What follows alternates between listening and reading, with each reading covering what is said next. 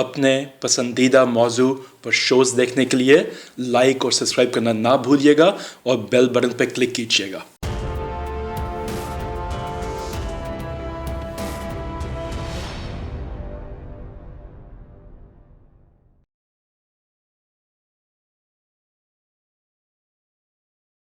حقائق T V میں آج ہمارے مہمان جناب صلاح الدین محمود پیشے کے لحاظ سے ایک حساب دان یعنی چارٹرڈ اکاؤنٹنٹ، لیکن اللہ نے انہیں تیسری آنکھ عطا کی جس سے یہ مستقبل بینی اور خاص طور پہ اپنے ملک کے بارے میں انتہائی فکر مندی سے درد مندی سے سوچتے ہیں، اور اس کے بارے میں آج ہمیں کچھ اچھی باتیں بتانا چاہیں گے۔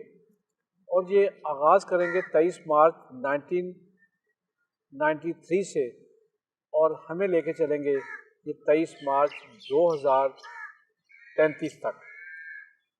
صلاح الدین محمود صاحب، ہم آپ کو حقائق ٹی وی میں ویلکم کہتے ہیں، اور یقین رکھتے ہیں کہ ایک حساب دان کا حساب تو غلط نہیں ہو سکتا، اور یہاں بھی جو پیش بینی میں بھی آپ جو جائزہ لیں گے اس میں بھی آپ جس آپ پہ اللہ کا خصوصی کرم ہے اور اولیاء کی نظر آپ پہ ہے، اور آپ اولیاء کے بھی بہت ماننے والے، مجھے یاد ہے کہ میری پہلی آپ سے ملاقات بھی حضور داتا صاحب کے قدموں میں ہوئی تھی۔ تو آپ ذرا ہمیں بتانا چاہیں گے کہ پاکستان کو آپ کس نظر سے دیکھ رہے ہیں، اور پاکستان کا جو مستقبل ہے جو آپ بتانا چاہیں گے، وہ جو ایک پہلے پروگرام میں آپ کہہ چکے ہیں کہ پاکستان 2030 تک دنیا کو لیڈ کرے گا، آج اسی پروگرام کی یہ دوسری قسط ہے، تو آپ ہمیں بتائیں کہ کس طرح آپ اس کو دیکھ رہے ہیں اور کس طرح لے کے چلیں گے آگے۔ بسم اللہ الرحمن الرحیم، السلام علیکم۔ یہ میرا پروگرام ہے 23 مارچ سے 23 مارچ تک۔ 23 مارچ سے مراد ہے کہ 23 مارچ 1993 سے لے کر 23 مارچ 2033 تک، یہ 40 سال کا ایک پیریڈ ہے۔ ایسے ہی ہے۔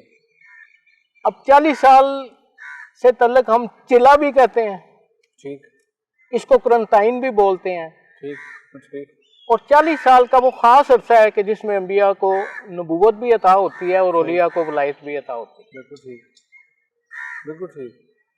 تو یہ دراصل 40 سال نبی کریم صلی اللہ علیہ وسلم رحمۃ للعالمین ان کی تابناک نظروں نے پاکستان کا 40 سالہ پلان، پروگرام یا پورا ایجنڈا یہ میرے دل میں اتارا، اور میری آنکھوں نے ہر سال پے بپے دل کی باطنی آنکھوں نے اور باطنی کانوں نے اس کا مشاہدہ کیا ہے، جسے میں تیسری آنکھ کہتا ہوں۔ جی بالکل، یہ تیسری آنکھ، تھرڈ آئی، اس کو کہ انر آئی کہتے ہیں، کہ جس کے بارے میں فرمان حق تعالیٰ ہے کہ جب ہم چاہتے ہیں کسی کے دل کی باطنی آنکھ کھول دیتے ہیں، یہ آنکھیں اندھی نہیں ہوتی، دل اندھے ہوتے ہیں، تو یہ دل کی آنکھ ہے۔ بالکل ٹھیک کہا۔ تو اب اس میں پاکستان کا آج 27 سال اس میں گزر چکے ہیں، یعنی یہ بشارت ہے 23 مارچ 1993 کی، جس میں سے 27 سال گزر چکے ہیں، اور باقی آنے والے ہیں 13 سال، ٹھیک ہے۔ اور 13 سال یعنی 23 مارچ 2033 کو پاکستان ہر حال اپنے اگلی نظریے پہ آ کر ساری دنیا کی سپر پاور بن چکا ہوگا۔ یہاں ایک چھوٹا سا سوال کرتا چلو جی آپ سے۔ بسم اللہ۔ کچھ ایسے بدبخت، بے حیا، بے شرم لوگ بھی موجود ہیں، ہاں جی، جو آج بھی پاکستان جنہیں ایک آنکھ نہیں بھارا، اور وہ فوج کو بھی ڈیگریڈ کرنا چاہتے ہیں، اور پاکستان کو کی مضبوطی کو ضرب لگانا چاہتے ہیں۔ ابھی حال ہی میں ایک اسی طرح کے بدتینت آدمی نے ایک فکرہ کہا جس پہ بہت لوگوں نے ریئیکٹ کیا، ہم نے بھی اپنے ٹی وی میں شو یہ کہا کہ ایسے لوگوں کی ہم سر اس کے جسم سے جدا کرنے کا حوصلہ بھی رکھتے ہیں جو پاکستان کے خلاف بولے گا۔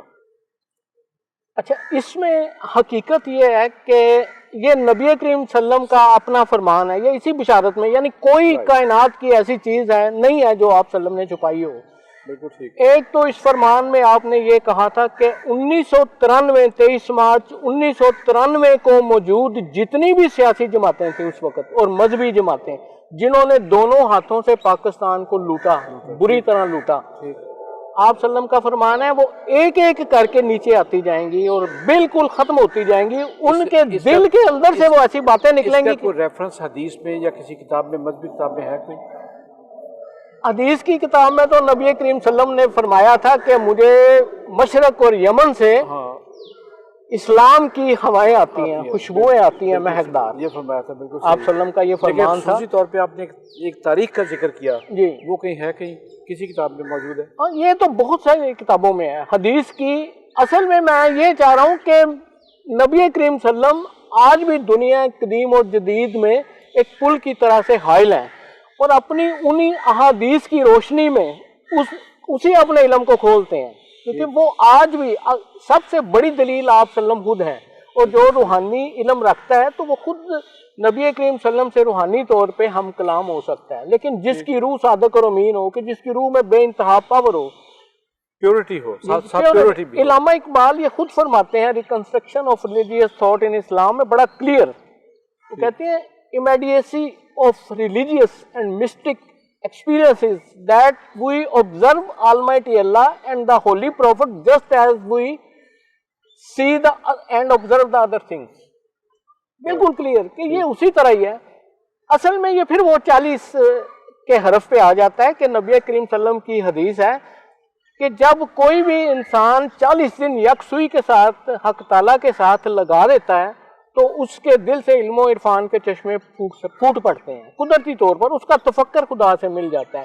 اصل میں کرنٹائن اور یہ جو آیا ہے کرونا، یہ فکری طور پہ ہمیں دنیا کی ڈٹیچمنٹ سے ہمارے دلوں کو دور کرنے آیا کہ ہم یکسو ہوں، جسمانی طور پہ نہیں. اس کا مطلب یہ ہے کہ ہم ان حقائق تک پہنچیں کہ نبی کریم صلی اللہ علیہ وسلم کی آنکھ اور ان کا ہاتھ پکڑ کر ہمیں اس منزل تک لے جائے کہ جو نظارہ اور جو ویژن آپ صلی اللہ علیہ وسلم نے کر رکھا ہے.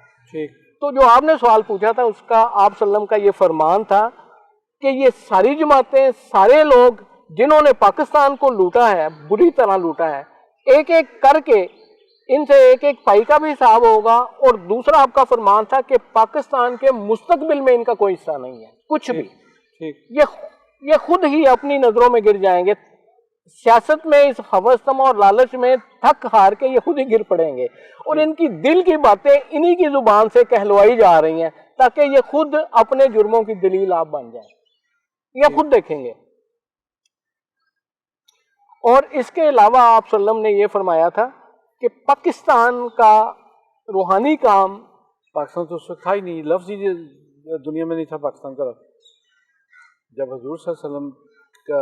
اصل میں نبی کریم صلی اللہ علیہ وسلم جیسے میں نے کہا دنیا اور قدیم اور جدید میں ایک پل کی طرح سے حائل ہیں. بالکل ٹھیک ہے، لیکن اس وقت یہ لفظ پاکستان کا تو استعمال نہیں ہوا تھا. نہیں، اس وقت تو انہوں نے کہا تھا مشرق سے، یمن سے. لیکن آپ کے سینے میں اس وقت بھی پاکستان کا نام موجود تھا. دراصل اس لیے کہ پاکستان کے سینے میں نبی کریم صلی اللہ علیہ وسلم کا زمان و مکان دھڑکتا ہے. پاکستان نبی کریم صلی اللہ علیہ وسلم کے سینے کا راز ہے.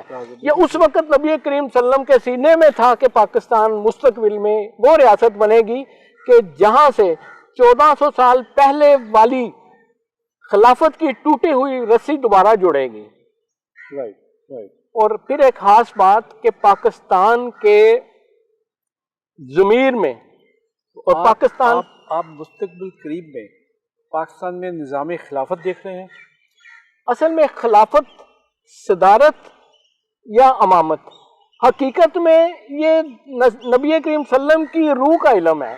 کچھ بھی ہم ان کو نام دے دیں لیکن اس میں روحانی معیشت، روحانی ثقافت، روحانی عدالت، روحانی جمہوریت، روحانی عدالت، ہر شے اصل میں یہ روح سے چلتی ہے، روح کے نور سے، کیونکہ روح روشنی کی رفتار سے چلتی ہے جو کسی بھی زمان و مکان کی گرفت میں نہیں آتی. ہم اصل میں نام خلافت رکھتے ہیں لیکن نفسانی جمہوریت، نفسانی معیشت، نفسانی عدالت صرف اپنے دل اور جماعتوں کو اور ذات کو خوش کرنے کے لیے. تو پاکستان کی روح صرف نور، روشنی اور روحانیت سے تخلیق ہوئی ہے. ناظرین، آپ نے جان لیا کہ جناب صلاح الدین محمود صاحب اپنی تیسری آنکھ سے یہ دیکھ کے بتا رہے ہیں کہ پاکستان کی روح جو ہے وہ اس کے پیچھے حضور صلی اللہ علیہ وسلم کی پیشگوئیاں اور حضور صلی اللہ علیہ وسلم کی عنایات اور ان کا خاص طور پہ اسلام کے نفاذ کے لیے جو مشرق سے ہوائیں آنی تھی اس کا وجود صلاح الدین محمود صاحب اس پاکستان کے خطے کو کہتے ہیں۔ ہم اگلے پروگرام میں ان سے جاننا چاہیں گے کہ اس کے بعد کیا ہوگا۔ اس وقت تک کے لیے ہمیں اجازت دیجیے۔ اللہ حافظ۔ شکریہ صلاح الدین صاحب، ہم دوبارہ آپ کو زحمت دیں گے۔